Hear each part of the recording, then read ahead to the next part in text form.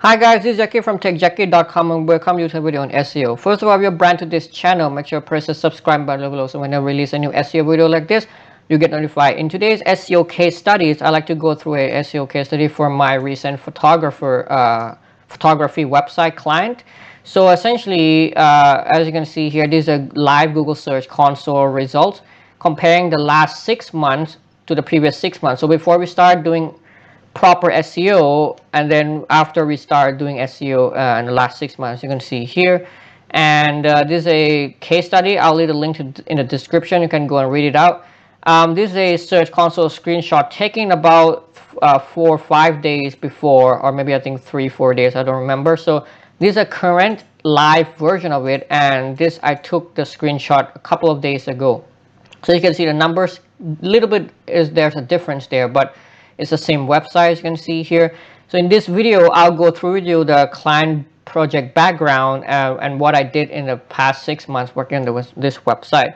So without further ado, let's get started. So just to give you a little bit of project background here, the client runs a photography studio in Bangkok. So he's a photographer and he also runs a photography studio here in Bangkok, Thailand. And he mainly provides services to foreigners. So essentially the website, we try to rank for English keywords, right? So something like photography studio in Thailand or something like that, just to give you some example here.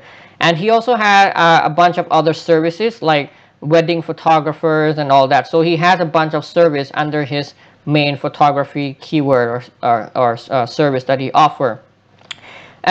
So mainly our target was to rank for English keywords in Bangkok, but then we also managed to cover it up the entire country as well. And then afterwards, we also expanded to ranking for Thai keyword as well. So initially, the website started off as an English language website targeting English keywords. But then later on, we also expanded to targeting some of the Thai keyword as well. For the Thai keyword, we only target in Bangkok, but for English, we managed to cover the whole countries. So that's basically what it is. It's not really a local project here, as you can see, because at the end of the day, we managed to scale it up to national level as well.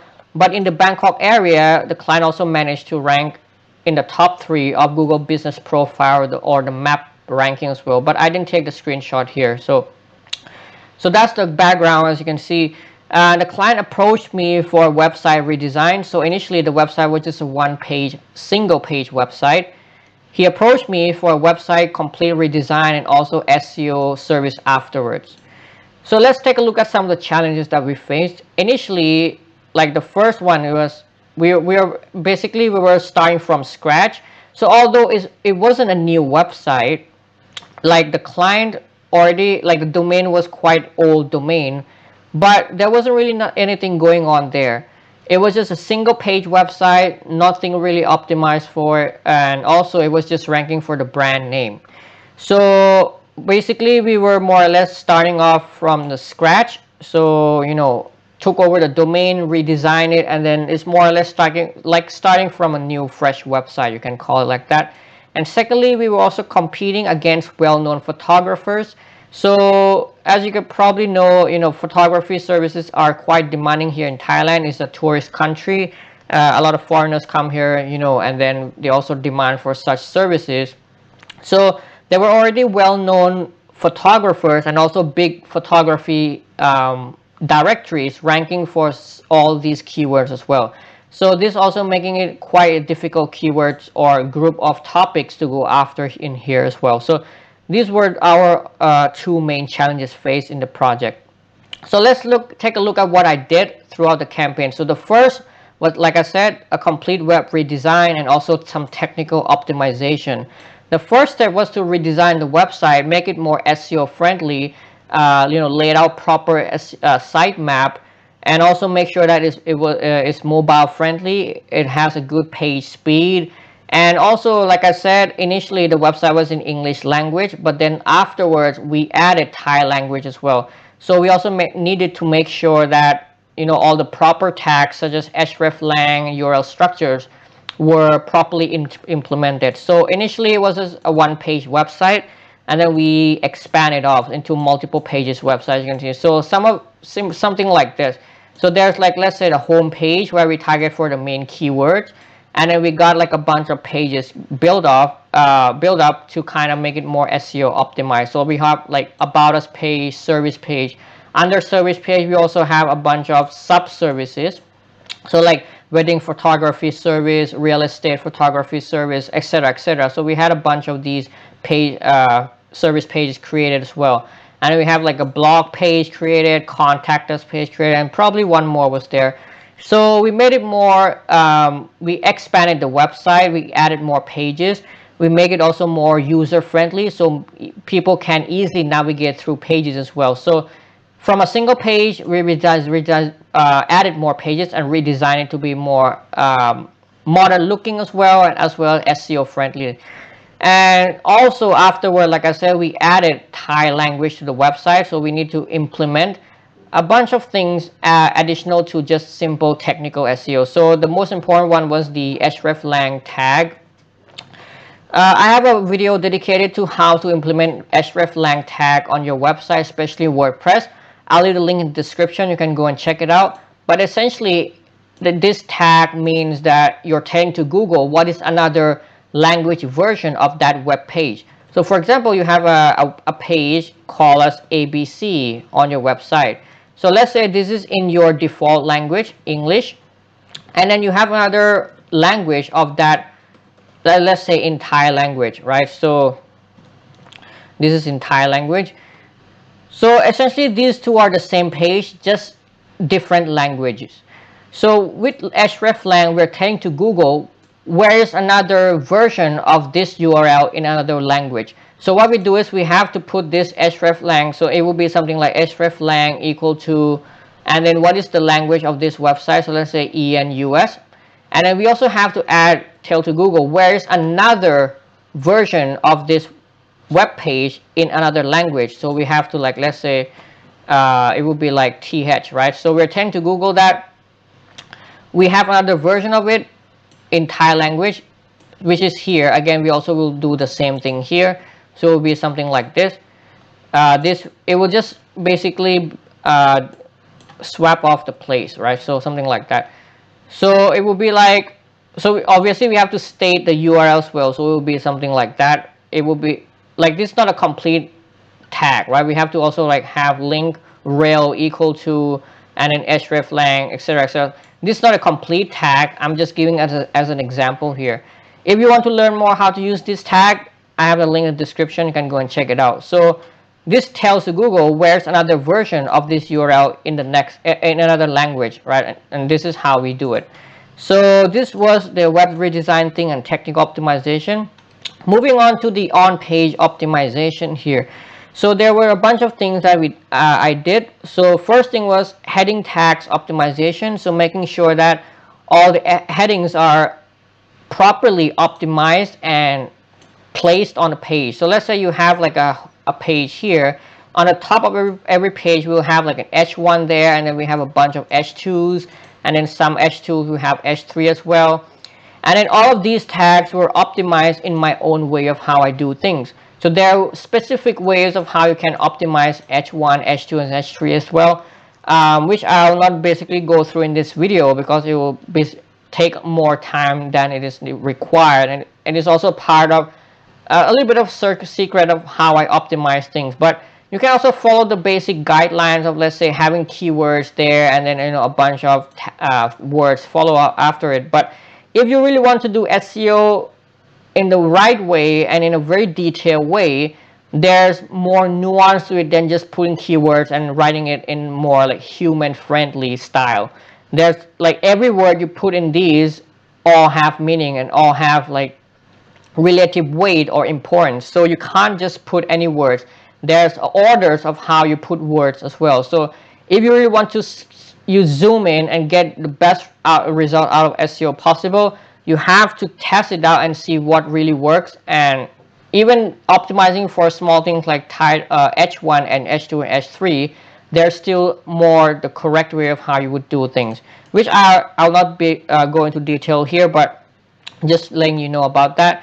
And then we also have content creation optimization. So like I said, we build out a bunch of service pages mainly, So each of these pages, we also, make sure that we wrote SEO content, optimized SEO content with a bunch of, important subtopics and all that.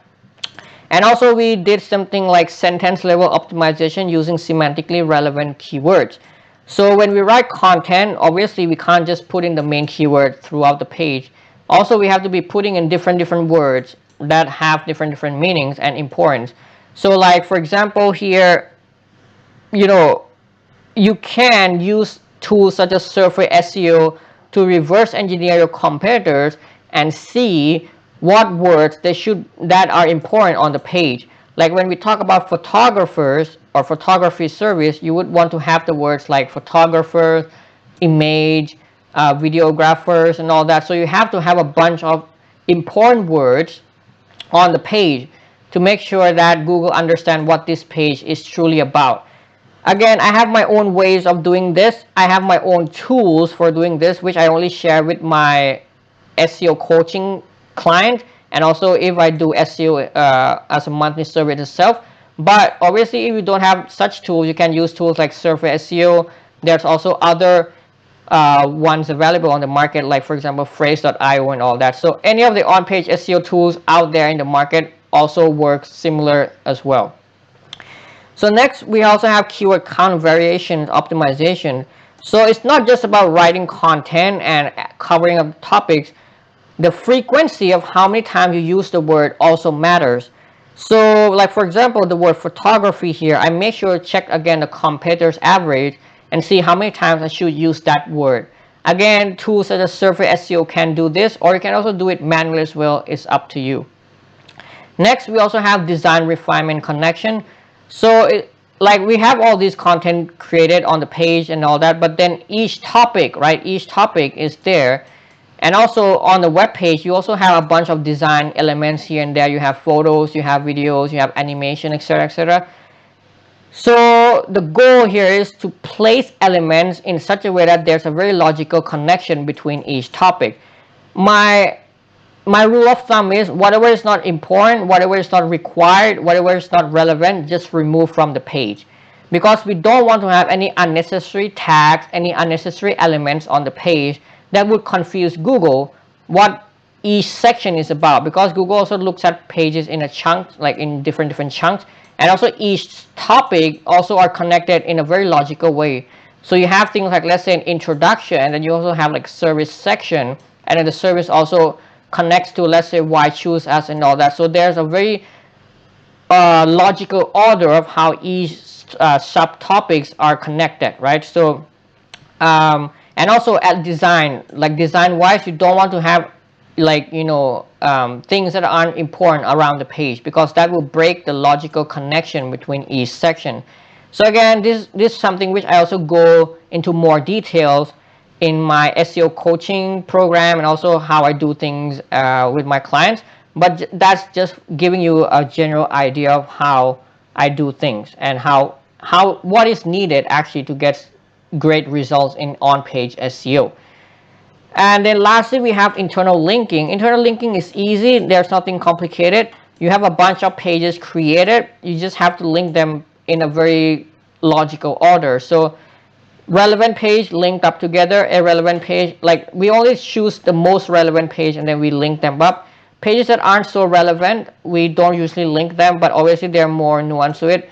Like for example, I mostly use keyword anchor text. So we'll use keyword, let's say this is a wedding design, wedding photographer page. This is a real estate photographer page. So we use the keyword of real estate photography and then link to this page. Right? We want to support this page with the keyword anchor text. But obviously, we don't want to always use the same word. We want to randomize it, but it is still somehow relevant and in the same keyword group, right? Because if you use the same keyword anchor text over and over, the same exact word, there could be a chance of over optimization there. So that's something to keep in mind too as well. So that's how I did for my on page for this website. Now let's move on to the off page, what we did outside the website. The first one was brand building. Brand building, engagement, user signals, these are huge factors in SEO. You cannot really succeed in SEO nowadays without getting brand traffic, without getting good user engagement. So always couple in your SEO campaign with some brand building campaign, whether it's Google ads, whether it's a social media ad, TikTok ads, whatever it is. Try to build up awareness, create awareness about your brand, get people to search for you, get people to go to your website, get people to engage with your website. Make sure your website flows well, loads fast. All these positive user engagement is a huge factor in SEO in 2025 moving forward.